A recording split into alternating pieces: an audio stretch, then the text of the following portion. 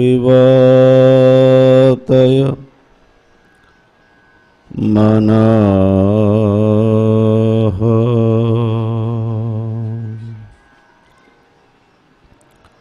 ॐ शान्तिः शान्तिः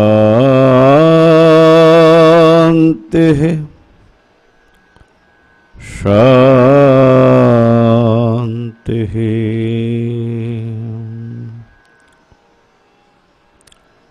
आवाज माने खुल नहीं रहा है। ओम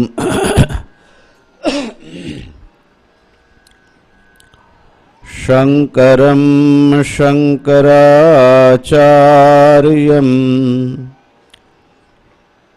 केशवं वादरायणं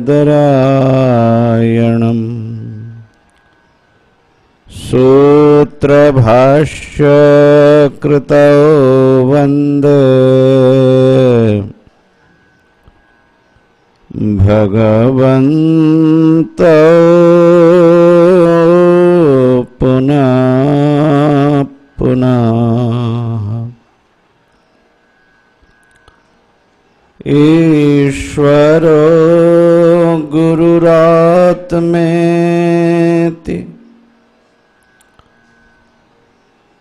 मूर्तिभेद विभागिने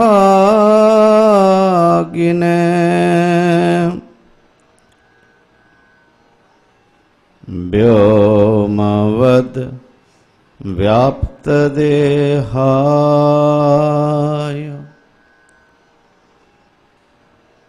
दक्षिणामूर्तये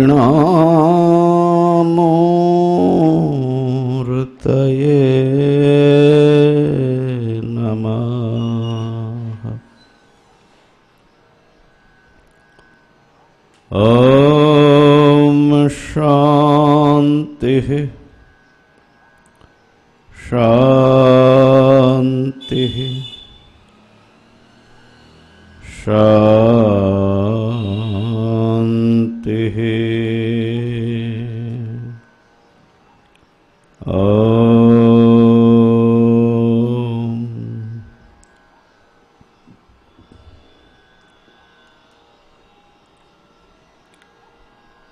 विवेक चूड़ामणि का आत्मानात्म विवेक प्रकरण चल रहा है और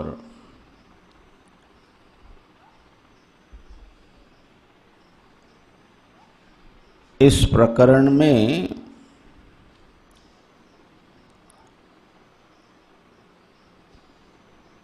स्थूल शरीर,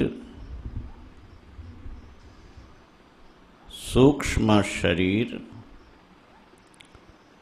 और कारण शरीर का वर्णन करते हुए आत्मा इन शरीरों से अलग हैं और इन शरीरों के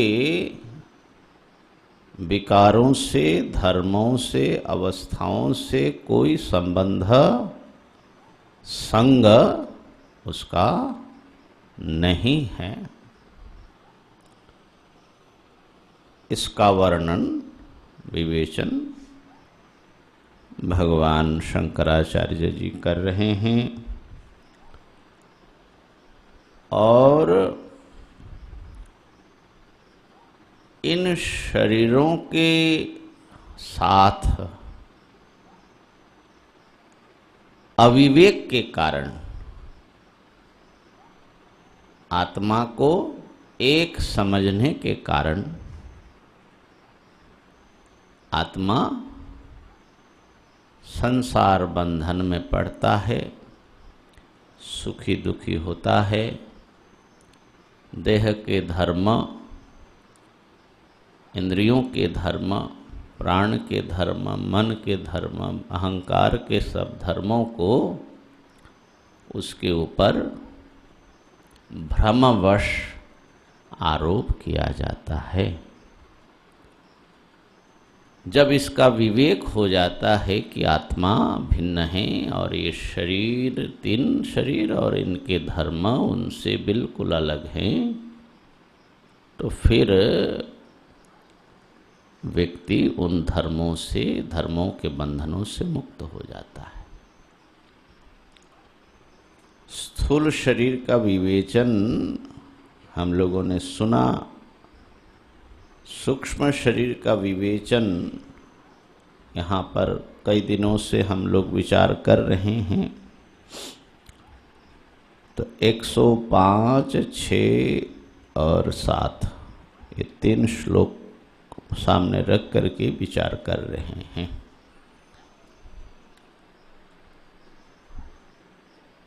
उच्चारण कर ले तो अच्छा ही होगा। अंतःकरण में तेषु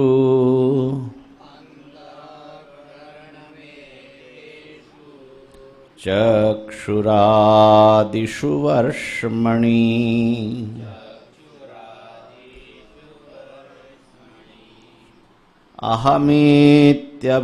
अहमेत्यभिमानेन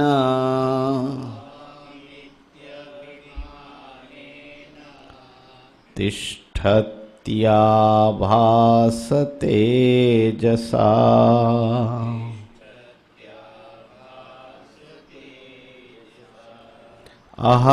अहंकारः सविज्ञेयः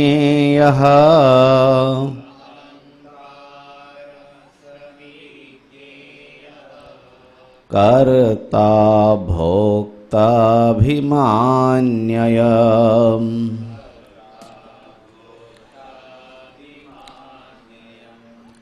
सत्त्वादिगुणयोगेन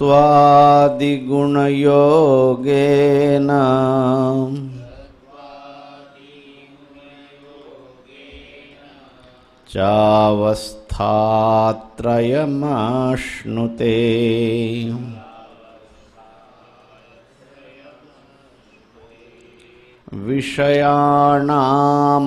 विषयाणामानुकुल्ये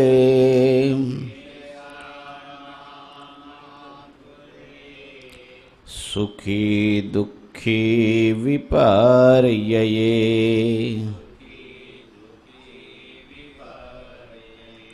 सुखं दुःखं च तद्धर्मं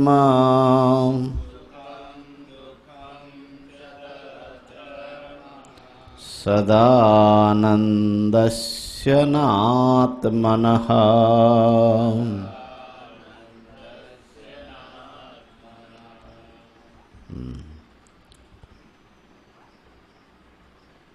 तो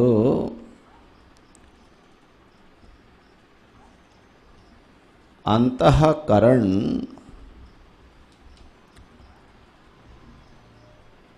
जो कि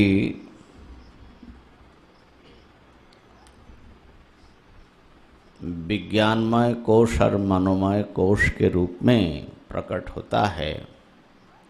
बुद्धि और मन मुख्य रूप से, बाकी चित्त अहंकार भी इसके साथ हैं।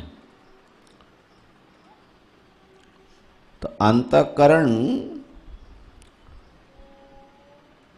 चक्षुरादि इंद्रियां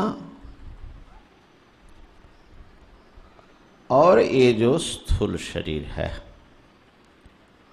इन सब में, सबके भीतर वो व्याप्त हो करके रहता है।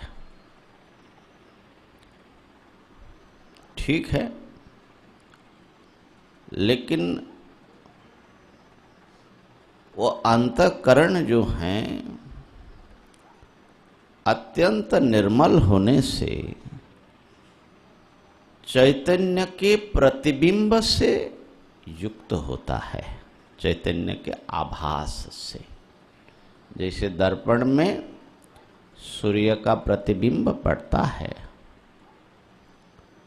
ऐसे ही हमारे अंतःकरण में आत्म चैतन्य का प्रतिबिंब आभास पड़ता है।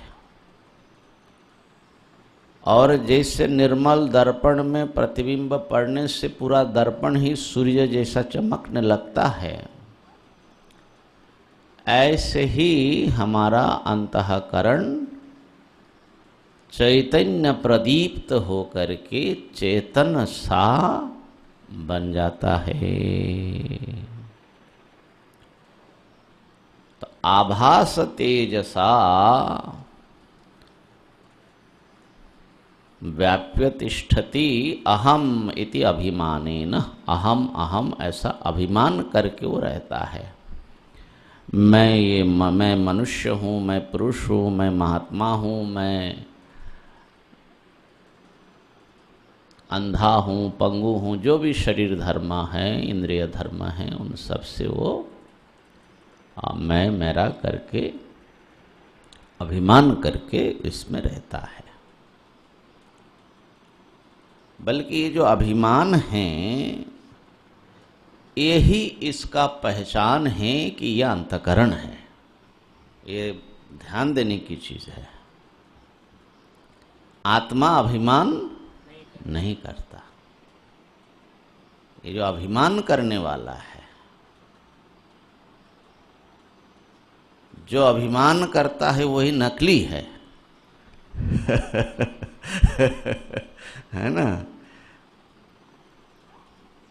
किसी भी प्रकार से अभिमान करना माने ये अनात्मा या अंतःकरण जड़ पदार्थ का ही वो जो है धर्म है, चेतन बन करके करता है, चेतन जैसा बन करके।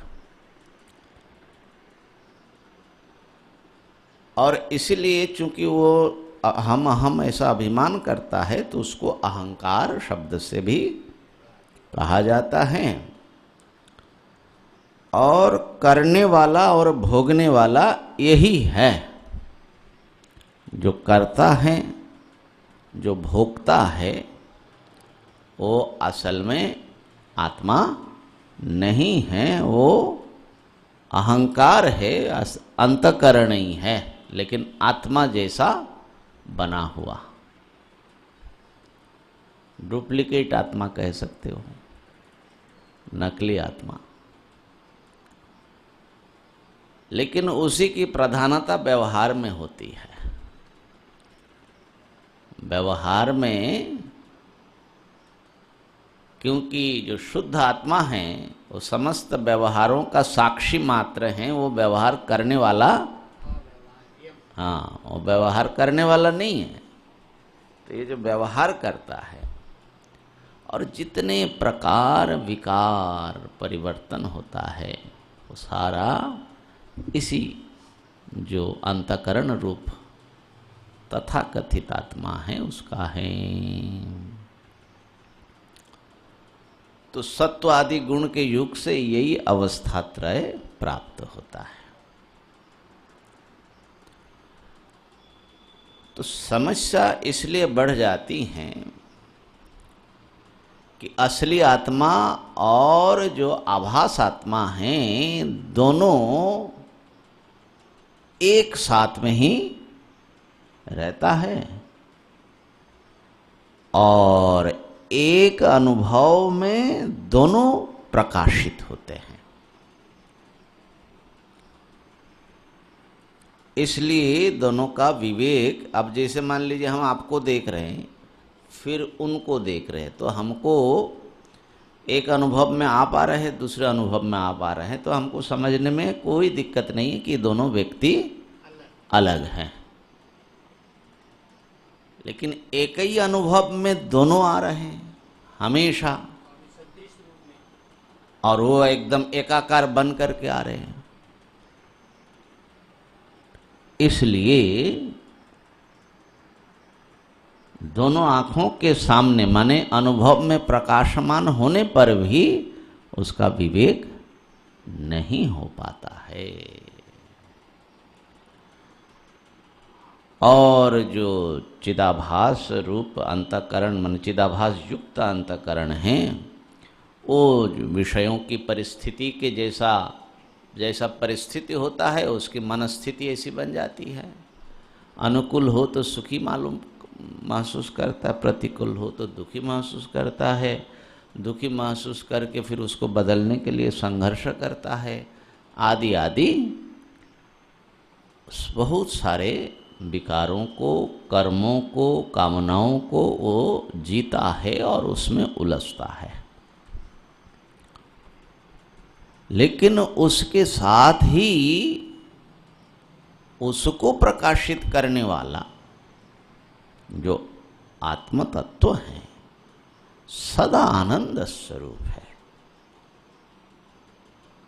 उनको कभी कोई दुख सुख होता ही नहीं है, वो अपने स्वरूप से ही पूर्ण आनंद स्वरूप, पूर्ण तृप्त स्वरूप है।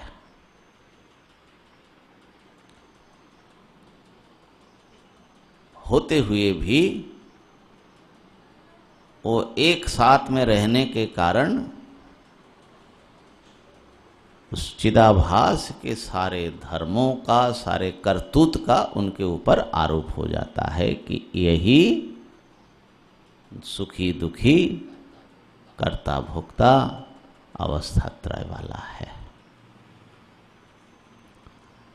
तो इसलिए असली आत्मा को कैसे विकारी तथा कथित आत्मा से, माने अंतःकरण से हम अलग करें, ये हमारे सामने बड़ा कर्तव्य है। और बल्कि वेदांत की दृष्टि से बहुत अहम साधना यही है। ये तो ज्ञान योग है, कर्म योग, भक्ति योग, इसको ज्ञान योग की योग्यता अर्जन करने के लिए है। और जिसकी योग्यता अर्जन करने के लिए ये है वो ये है, विवेक करो। फिर जब शुद्ध आत्मस्वरूप आपके हाथ में आ जाएगा, वो ब्रह्म रूप है, इतना समझ लो, बस अपना सारा काम बन गया।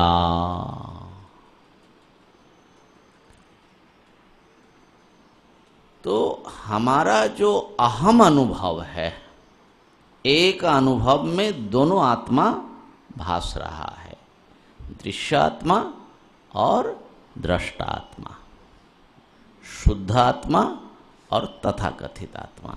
एक अनुभव में दोनों भास रहा है। कौन से अनुभव में? अहम अनुभव में ले लो। अहम मैं हूं, ऐसा जब हम अनुभव करते हैं ना, या मान लो मैं सुखी हूं, मैं मनुष्य हूं, इसमें भी अहम तो है ही है। इन अनुभवों में दोनों एक साथ में प्रकाश पा रहा है। अहम अनुभव में असल में अहम अनुभूति ही दो अनुभूति एकाकार होकर के हैं।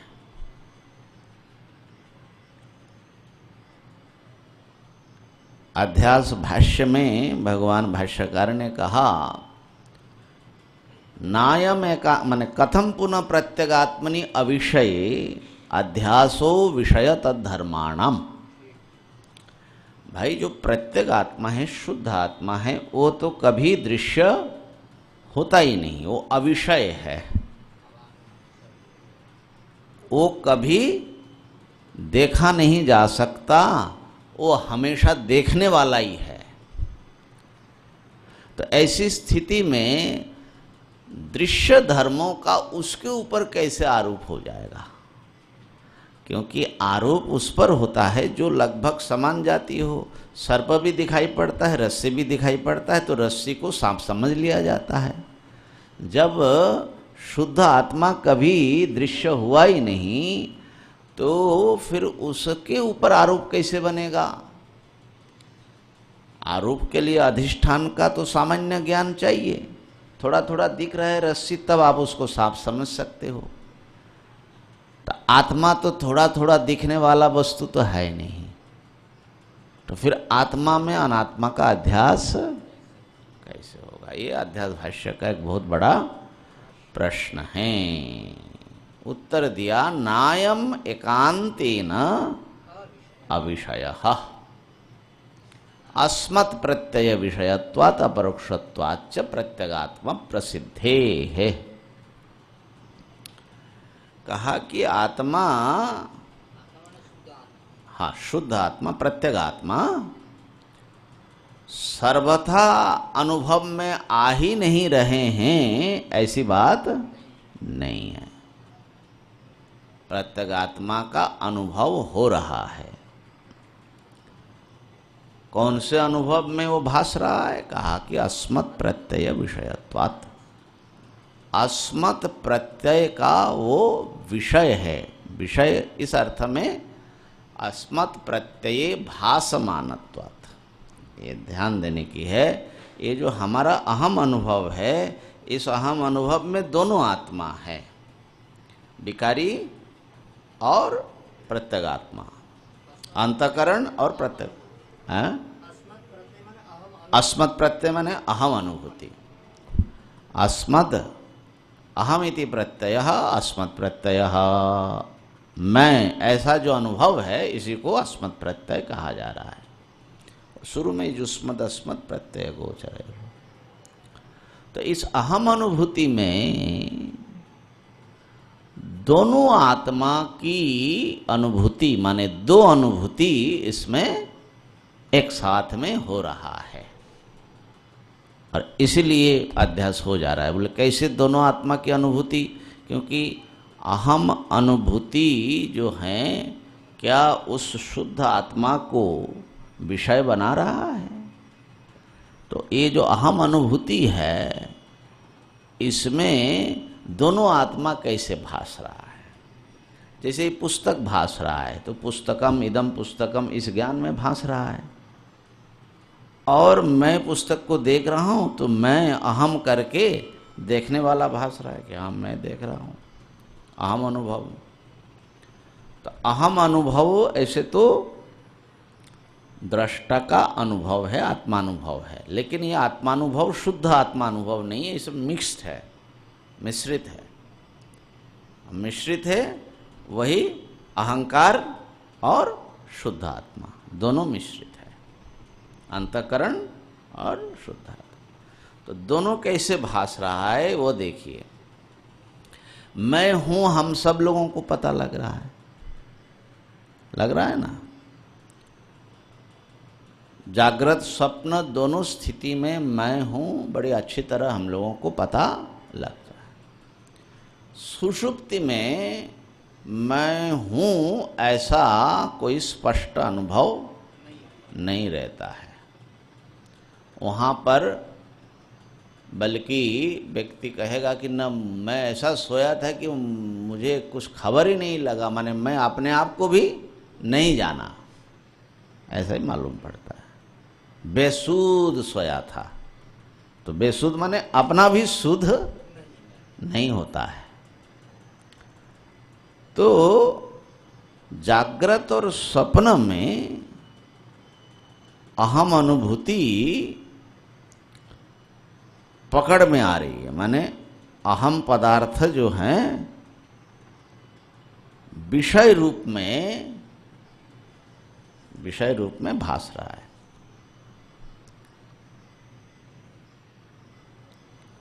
अब स्पष्ट हो जाएगा। अहम अनुभव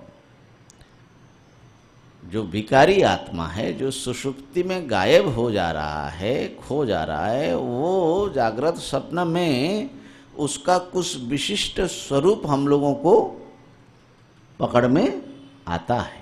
तभी ना हम बोलते हैं कि हाँ वहाँ तो मैं अपने आप को जान नहीं पाया था। इसका मतलब इस समय हम अपने आप को जान रहे हैं, ठीक है ना।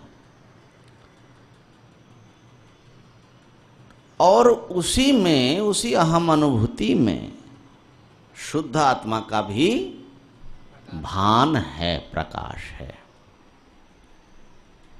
इसीलिए कहा अस्मत् प्रत्यय भासमानत्व, माने अस्मत् प्रत्यय विषयत्व। अब शुद्ध आत्मा अनुभूति तो सर्वदा विद्यमान है, इसलिए किसी भी अनुभूति में वो भासेगा ही, उसके बिना तो कुछ भी भास नहीं सकता, इसलिए वो तो रहेगा ही। उस पर हम विचार कर लेंगे। और तो इसमें खाली इतना विवेचन करना है, शुद्ध आत्मा अहम अनुभव में दो प्रकार से भासता है। एक तो अस्मत् प्रत्यय में माने वो जो वृत्ति है, अहम वृत्ति, उसमें प्रतिबिंबित रूप में भासता है। वो जो आभास आभास कहा, जैसे दर्पण में देखो सूर्य दिखेगा कि नहीं, प्रतिबिंब, और आसमान में देखो सूर्य दिखेगा कि नहीं। तो सूर्य दो प्रकार से भासता है, आकाशस्थ शुद्ध सूर्य, उसको किसी आलंबन या किसी सहारे की जरूरत नहीं है, वो सीधा दिखता है, माने स्वयं प्रकाश एक अर्थ में। और एक दर्पण प्रतिबिंबितत्वेन, तो दो रूप से भासता है। इसी प्रकार शुद्ध आत्मा अंतःकरण में दो रूप से भास रहा है, माने अहम वृत्ति में। एक तो वो भासेगा ही, क्योंकि वही अधिष्ठान है, वही साक्षी है, उसी पर सब कुछ आएगा जाएगा, माने दिखेगा। तो आत्मा होने के नाते अपरोक्षत्वात्, और सब प्रकाश होने के नाते स्वयं प्रकाश रूप से वो भासमान है, जिसको किसी भी वृत्ति की कोई जरूरत कभी है नहीं। दूसरा, वो उस अहम वृत्ति में या अंतःकरण में प्रतिबिंबित होकर के भी भास रहा है। ठीक है। और अंतःकरण कैसे भास रहा है उसमें? अंतःकरण भास रहा है आत्मा से भासित होकर के, माने आत्मा के द्वारा, साक्षी के द्वारा। तो अहंकार जो हैं वो दृश्यत्वेन भासता है और आत्मा अदृश्यत्वेन अविषयत्वेन भासता है, लेकिन भास दोनों रहा है। जैसे सूर्य के द्वारा दर्पण भास रहा है और हमको लगता है दर्पण भास रहा है, सूर्य भास रहा है और एकाकार मालूम पड़ रहा है, लेकिन असल में दर्पण अपने आप भास नहीं सकता। जब सूर्य की रोशनी बंद होगी तब दर्पण भासेगा। तो दर्पण भास रहा है सूर्य प्रकाश से और सूर्य भास रहा है आत्मा प्रकाश से। हाँ, माने आत्मा प्रकाश से, वो उसमें प्रतिबिंबित होने पर भी प्रकाश उसी का है। ठीक है ना। तो एक स्वतः भास रहा है, स्वयं के प्रकाश से भास रहा है, और एक दूसरे उसके सहारे भास रहा है। इसलिए अहम अनुभूति में दो अंश है। ये द्विअंश को अगर हम समझ ले तो हमारा काम बन जाए। एक अंश है दृश्य अंश और एक अंश है दृगंश, माने दृष्टा। दृश्यांश नाना विकारों से, नाना परिवर्तनों से गुजरता रहता है। जागृत में एक, स्वप्न में एक, सुषुप्ति में एक। और दृगंश बिल्कुल तीनों अवस्था में एक रस एक रूप है, कुटस्थ है। तो ये अहम अनुभव का जो ये दो चरित्र है ना, वो एक ही साथ में शुद्ध आत्मा भी वहां झांक रहे हैं और अंतःकरण भी झांकता है, माने चिदाभास युक्त अंतःकरण। तो इसलिए अध्यास तो होना ही है। एक अनुभव में अगर दो पदार्थ इतना समरस होकर के, सदृश होकर के भासे। हाँ, कुछ पूछना चाह रहे हैं? हरिओम। ये जो कूटस्थ प्रकाश है जो कि अंतःकरण, बाबू थोड़ा इसका आवाज कम करो, अंतःकरण को भी भाषित करते हुए ही स्वयं के प्रकाश से भाषित हो रहा है। तो ये तो घटादि का भी भाषक ही है। घटादि भी इसी से भाषित होते हैं ना, तो वो वहाँ, परंतु वहाँ पर भी वो हमारे पकड़ में आता नहीं है, हमारे वृत्ति का विषय बनता नहीं है। वहाँ पर भी वृत्ति का भाषक वृत्ति के भाषक के रूप में रहता है, हाँ। परंतु हमारे वृत्ति के पकड़ से बाहर रह जाता है, ठीक। अविषय रह जाता है। तो इसी प्रकार अंतःकरण का भाषक होते हुए, क्योंकि अंतःकरण माने ये दर्पण जैसे सूर्य के प्रकाश से ही प्रकाशित हो रहा है, इसी प्रकार अंतःकरण चैतन्य की सत्ता से ही प्रकाशित हो रहा है। ठीक। तो ये जो अहम वृत्ति बन रही है, तो इसमें ये अधिष्ठान चैतन्य तो जैसे घटाकार वृत्ति में वो वृत्ति का विषय बनने से बाहर रह जाता है, इसी प्रकार अहम वृत्ति में भी ये वृत्ति का विषय बनने से बाहर ही जैसा रह जा रहा है, तो फिर ये अहम अनुभूति में भास रहा है, ऐसा हम कैसे कह सकते हैं? क्योंकि घटादि के समान ही यहाँ भी है, यहाँ भी तो विशेष तो कुछ नहीं है। नहीं है। क्या विशेष है? हाँ, घटादि में क्या है? घटादि में वहाँ आवृत चैतन्य माने वो जड़ के रूप में है, एक प्रकार से सद रूप में है, और अहम वृत्ति में चिद रूप में है। माने अंतःकरण जो हैं जहाँ पर हैं वहीं पर आत्मा चेतन रूप से भासता है। इसीलिए अंतःकरण में ढूंढना पहले जरूरी होता है ना। वृत्ति वृत्ति में फर्क होता है। इदम अस्ति जड़ो अस्ति, लेकिन अपने को आपने कभी जड़ समझा क्या? तो फर्क क्या हो गया? दोनों अंतःकरण वृत्ति है, लेकिन अहम वृत्ति में चेतनता जो है आवृत नहीं है, ये इसकी महिमा है। ठीक हो गया? तो बल्कि इसलिए समस्या भी बढ़ रही है, दो चेतन अब कौन असली चेतन और कौन जो है ना। क्योंकि बाहर जब अंतःकरण वृत्ति जाती है उसमें इदम वृत्ति हो रही है, वो अहम वृत्ति होता ही नहीं है, लेकिन अहम वृत्ति देहेंद्रिय आदि को लेकर के हो रहा है।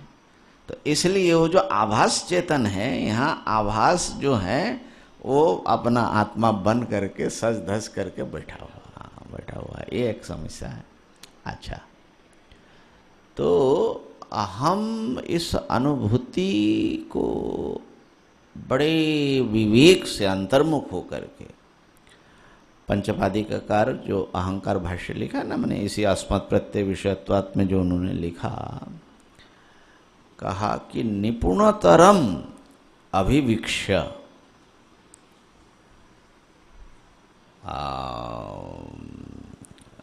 अप्रतिच्छायम स्वानुभवम वदन्तु परीक्षकाः, इस ढंग का कुछ है मैंने। हाँ, क्योंकि आत्मा का स्वरूप का निर्धारण इस अहंकार के विवेक से होगा, अहम अनुभूति से। तो उसमें प्रभाकर भी आ गया, बौद्ध भी आ गया, विज्ञानवादी, न्यायिक भी हैं, तो सबको यहाँ पर इसी अहम अनुभव, किसका अनुभव है, इसमें सब आ रहा है, सारा दर्शन आ रहा है। ठीक है ना। तो वहाँ उन्होंने कहा कि परीक्षक लोग अपने अनुभव को बिना छुपाए, माने मन में कुछ और मन में तो समझ में आ रहा है कि ये सब प्रकाशत है, भासमान है, और कहे दे कि ऐसा, तो अपने अनुभव को बिल्कुल अपना छुपाते हुए निपुणतरम अभिवीक्षा। हाँ, अच्छी तरह नहीं, निपुणम अभिवीक्षा कहने से अच्छी तरह, और निपुणतरम तरफ प्रत्यय लगाया है ना, तो उसका फिर अपने पंचपादिका का जो तत्व दीपणी है, उन्होंने क्यों निपुणतरम विवरण, पंचपादिका पर विवरण है, तो विवरण कारणे निपुण क्या है, निपुणतर क्या है हाँ, ऐसे देखना और निपुणता से देखना और निपुणतरता से देखना, ये बहुत आवश्यक हो जाता है।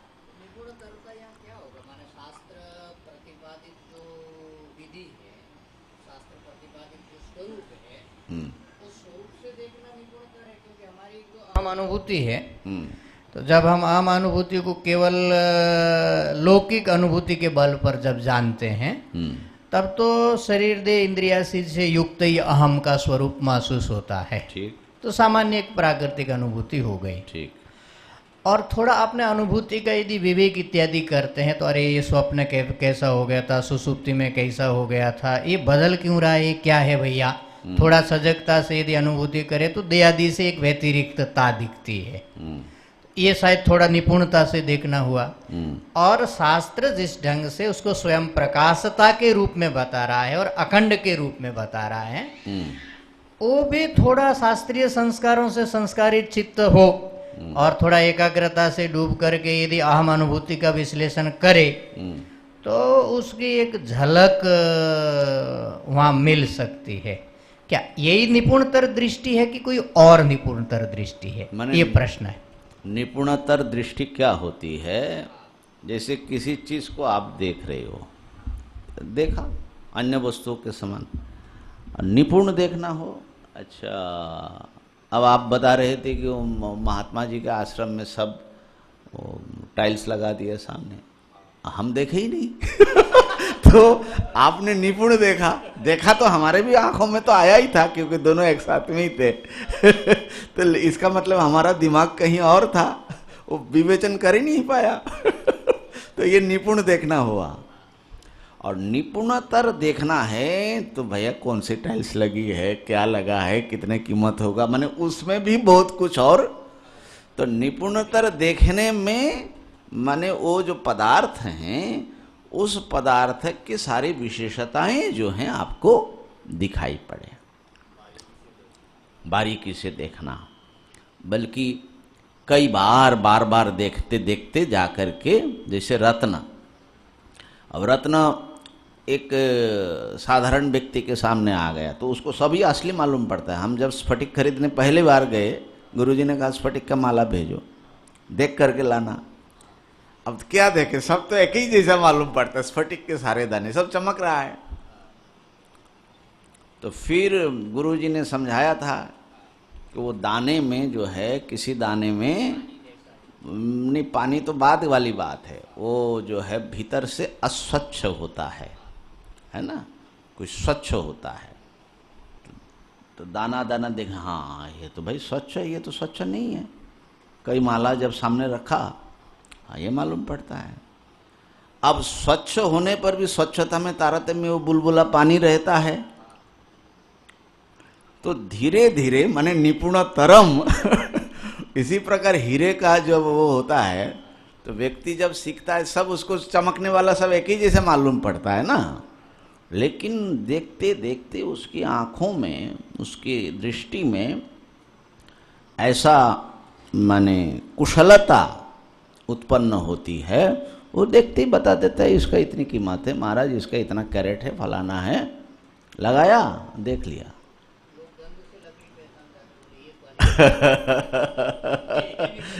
निपुणतरम है ना।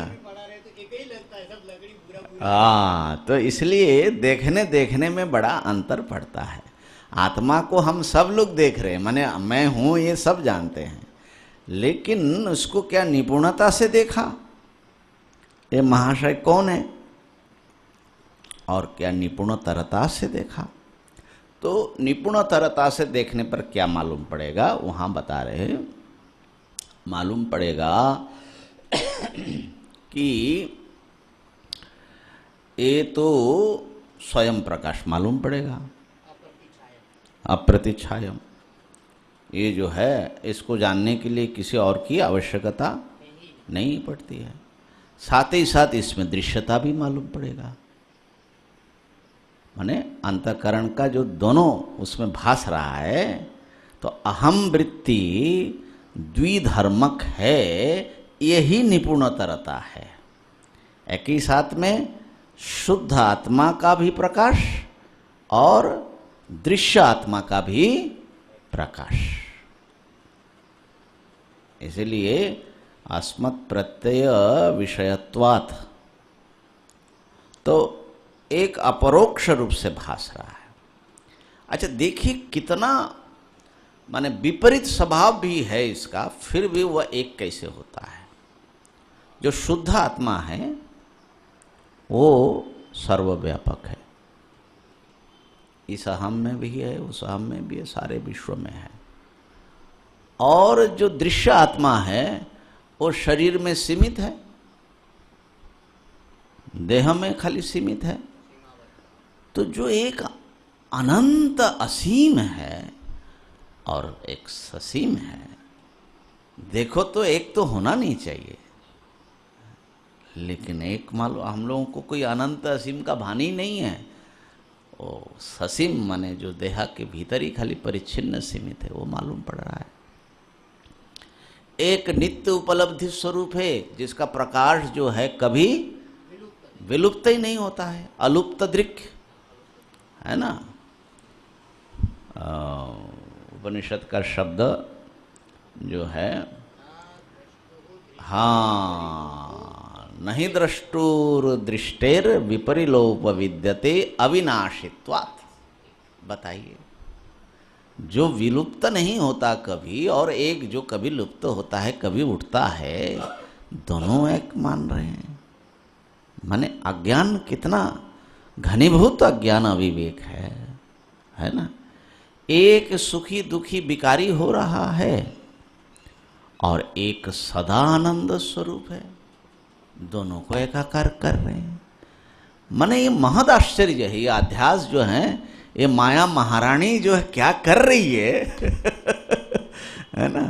अज्ञान क्या चीज है, अत्यंत विपरीत दो पदार्थ को एकाकार बना दे रहे हैं। तो इस एकीकृत वस्तु को बार बार उनकी विशेषताओं से पहचान करके दो अलग अलग पदार्थ हम एक मान रहे हैं, इसको विचार से, विवेक से, स्वानुभूति से समझना, ये आत्मज्ञान का प्रथम रूप है। इसके बाद आत्मा ही ब्रह्म है, ये होगा। ठीक है ना। विवेक है, तम पदार्थ का विवेक। इसके लिए मुख्य रूप से अवस्था त्रय का विवेचन किया गया। हम लोगों ने कई दिनों से किया भी है अवस्था त्रय का विवेचन।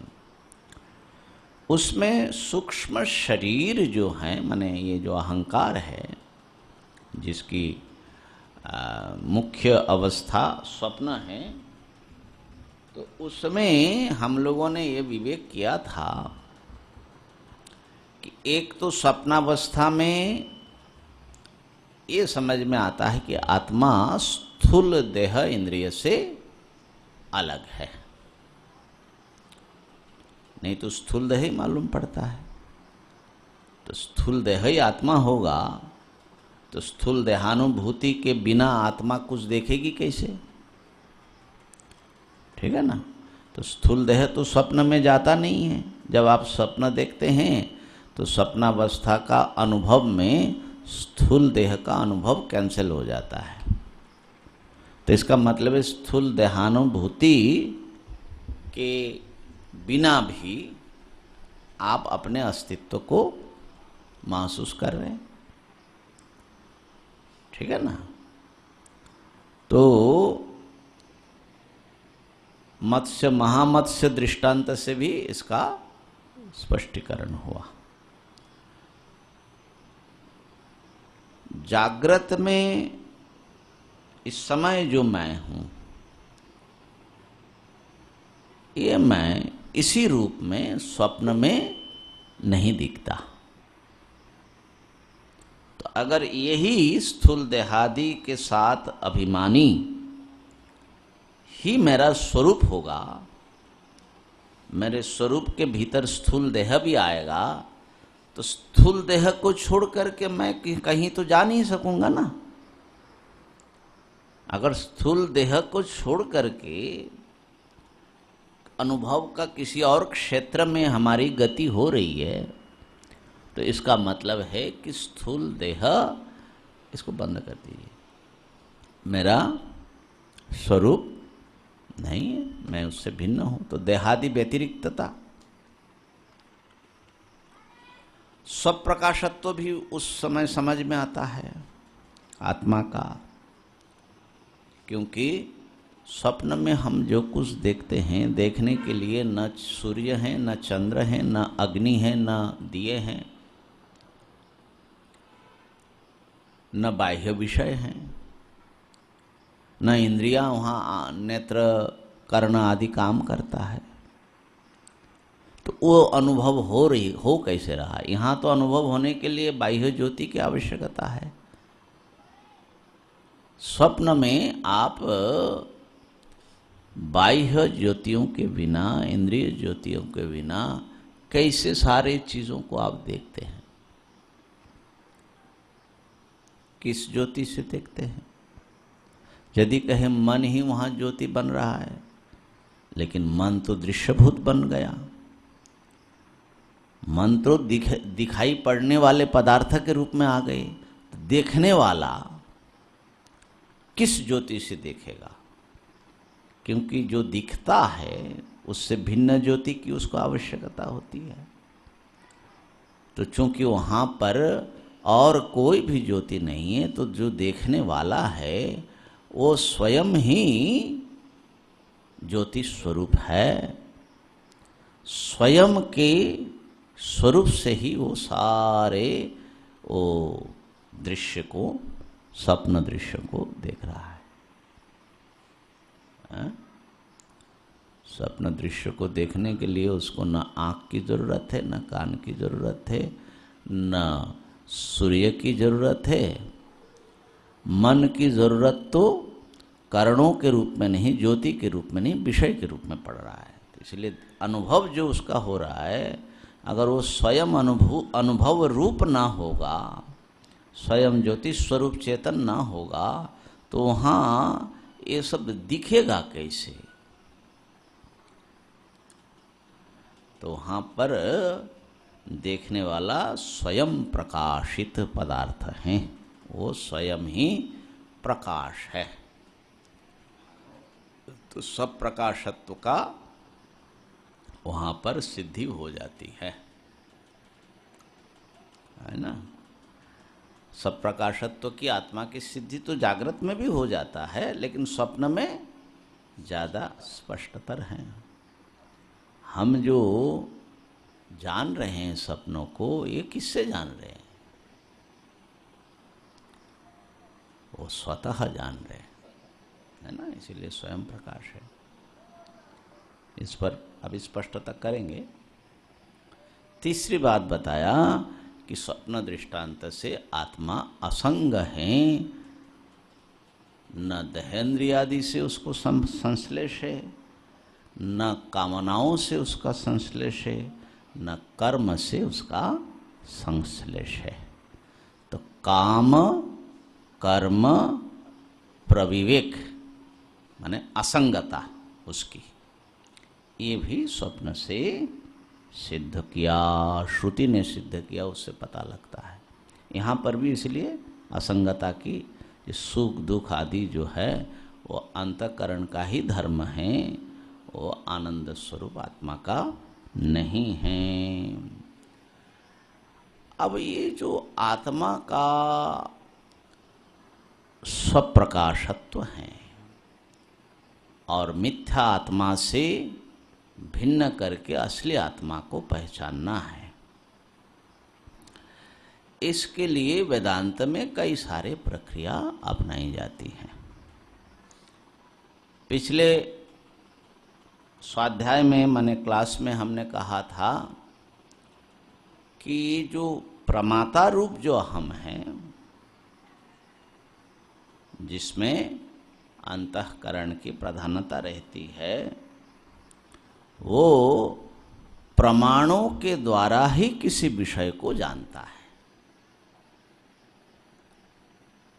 अर्थात ये जो तथाकथित अहम है, उसको आँख चाहिए, कान चाहिए, माने प्रत्यक्ष अनुमान उपमान आदि प्रमाणों से ही वो विषय को, जिस प्रमाण से जिस विषय से संबंध होता है उसको जानता है। जैसे ये पुस्तक है, तो पुस्तक को वो आँखों से देख रहा है, इदम पुस्तकम, लेकिन जिस समय पुस्तक का ज्ञान हो रहा है और ज्ञाता का पूरा जो है फोकस पुस्तक में है, उस समय भी अहम का अनुभव हो रहा है कि मैं देख रहा हूं।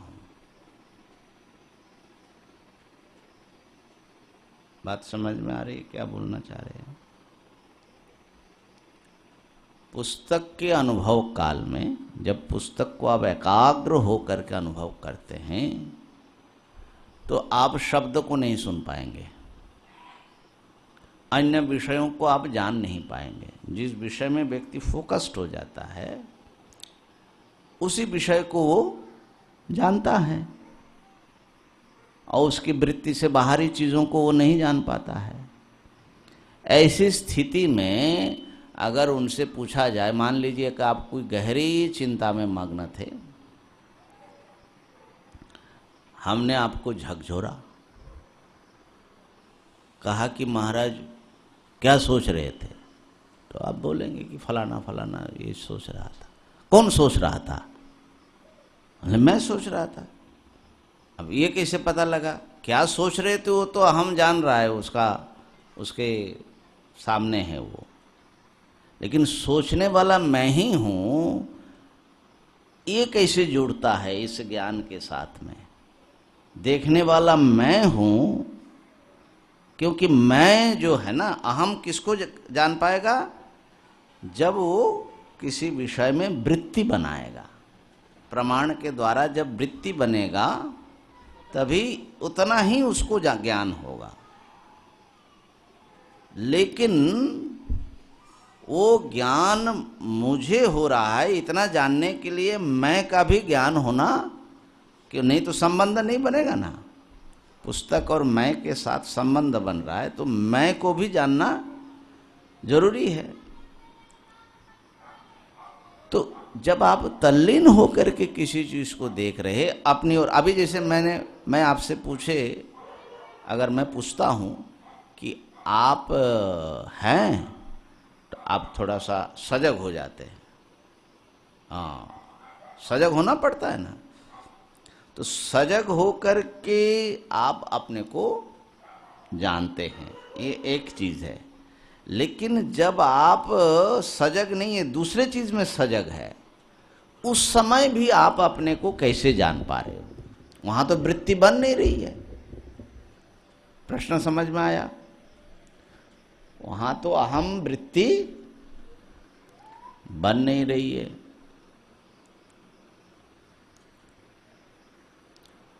तो वहां पर भी कैसे प्रकाश होगा? अहम को कैसे जान रहे? और 24 घंटे ही जान रहे अहम को। अहम चाहे कुछ भी करता रहे, लेकिन वो किसी के नजर में है। तो इसीलिए अहम इदम पश्यामि, ये जो ज्ञान, चाहे अहम का वृत्त्यात्मक ज्ञान की जरूरत नहीं है, वो साक्षी के द्वारा ही इस अहंकार का प्रकाश, वो साक्षी रूप, साक्षी स्वयं ही उसके लिए प्रमाण बनता है। माने पुस्तक को अहम जान रहा है और पुस्तक को अहम जान रहा है, इसको साक्षी जान रहा है। बात पकड़ में आ रही है? हाँ, दो ज्ञाता है।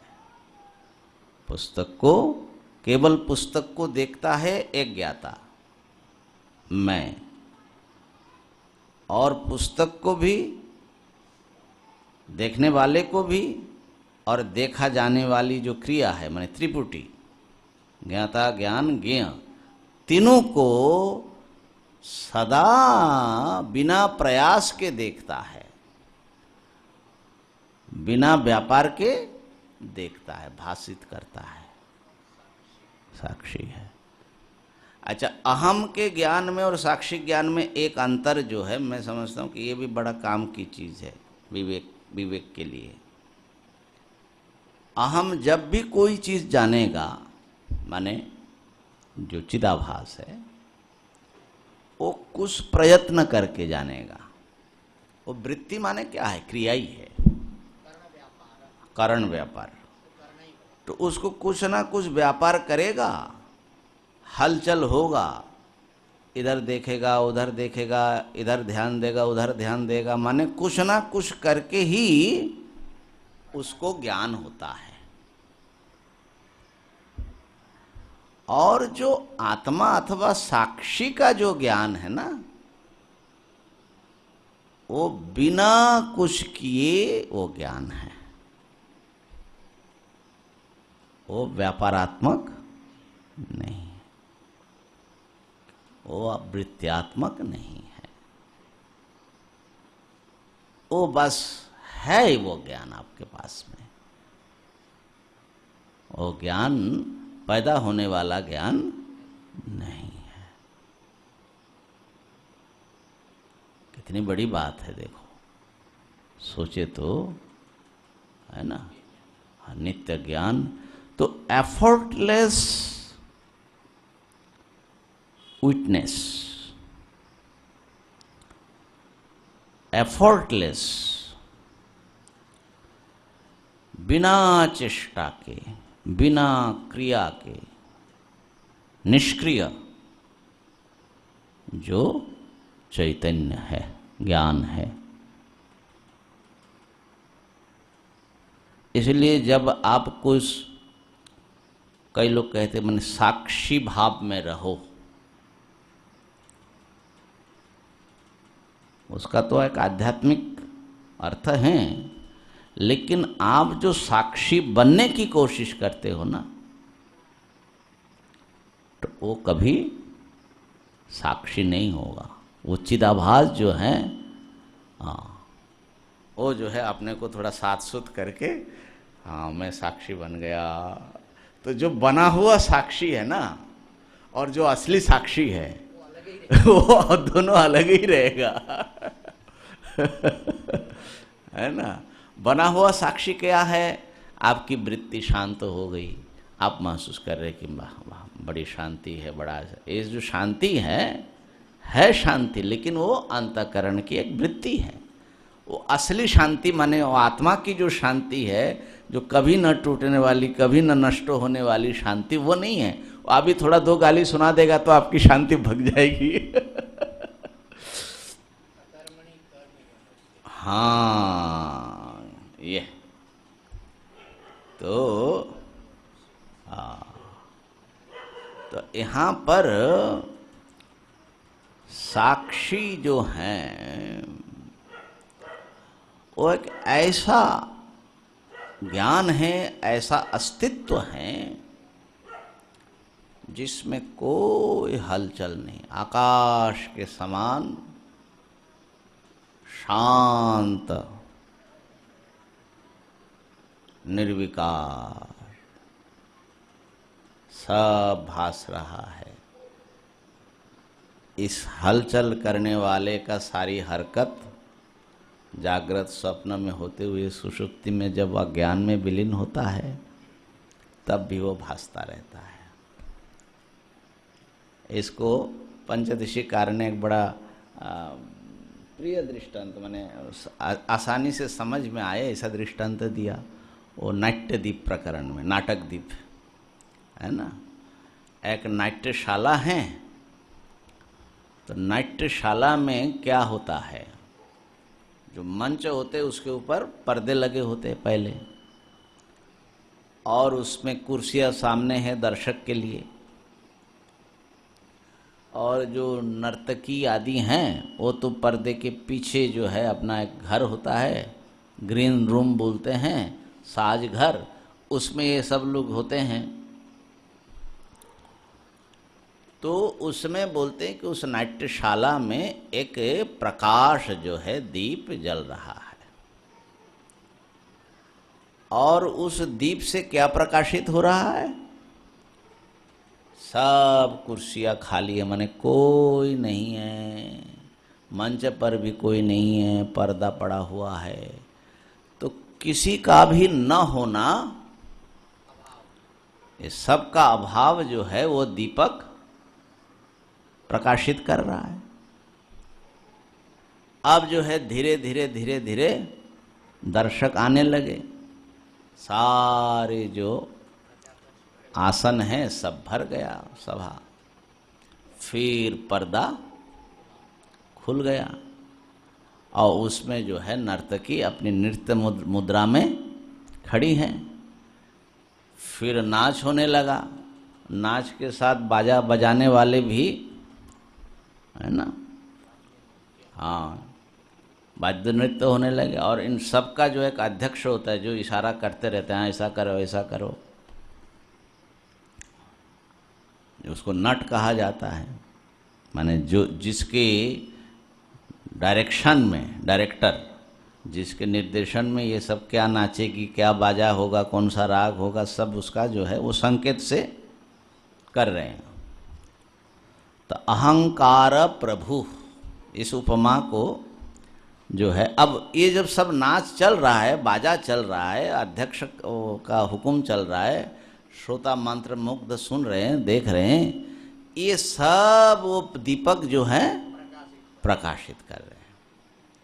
फिर नाट्यायन पूरा हो गया, मंचन, और पर्दा गिर गया, दर्शक एक एक कर जाने लगे। फिर पूरा सभागृह खाली हो गया, तब भी प्रदीप जल रहा है। तो ये जो दीपक चाहे सदस्य लोग रहे, क्रिया हो, तब भी वो जलता रहता है, जब कोई नहीं है तब भी वो जलता रहता है। तो आत्मा अथवा साक्षी जो है उस दीपक के समान है, और उनमें जो है नट जो है ना, अध्यक्ष, अहंकार प्रभु है ना, माने चिदाभास समझ लीजिए कि वो जो है प्रभु है, और जो धी हैं वो नर्तकी हैं। नाना प्रकार की मुद्राएं करने वाली, सुखी दुखी फलाना ठिकाना होने वाली सब कलाएं दिखा रही हैं, नाच रही हैं, सब चेहरा बना करके। और इंद्रियां जो हैं उनके ताल संगत करने वाले सब इंद्रियां है ना। तो जागृत में तो ताल संगत बढ़िया होता है, और स्वप्न में तो अकेले ही वो सब कर लेती हैं है ना।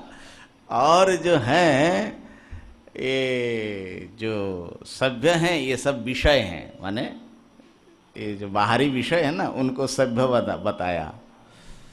तो अब यहाँ सब दिख रहा है, रूप रस गंध स्पर्श शब्द सब हो रहा है। तो दिया जल रहा है, अभी भी दिया जल रहा है।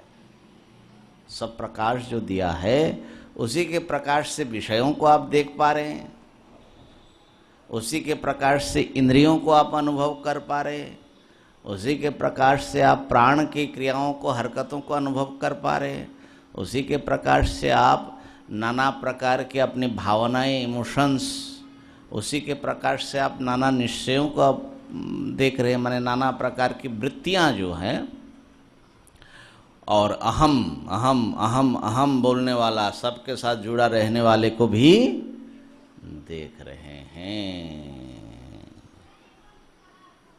है ना। तो ये जो है ये सारा नाटक जो है एकदम माने भरा हुआ सभागृह, इस दुनिया में बढ़िया सब नाटक चल रहा है। और वो नर्तकी ऐसा है, ऐसा नाचती है महाराज, ऐसा गायन करती हैं, ऐसा अदाएं करती हैं, ऐसा अभिनय करती हैं कि व्यक्ति रोने लग जाए, हंसने लग जाए, प्रेम करने लग जाए, घृणा करने लग जाए, भयभीत होने लग जाए। माने सारा सब कुछ जो है ऐसा वो कर देती हैं कि लगता है कि माने आत्मा जो है वैसा ही है, सब उसके साथ में। काम क्रोध लोभ मोह माने एकदम जो है उकेर देती है, माने सबको लट्टू बना करके रखी है, ऐसा नर्तकी है। कौन है वो? हमारी बुद्धि, हमारा अंतःकरण है ना, यही है भैया।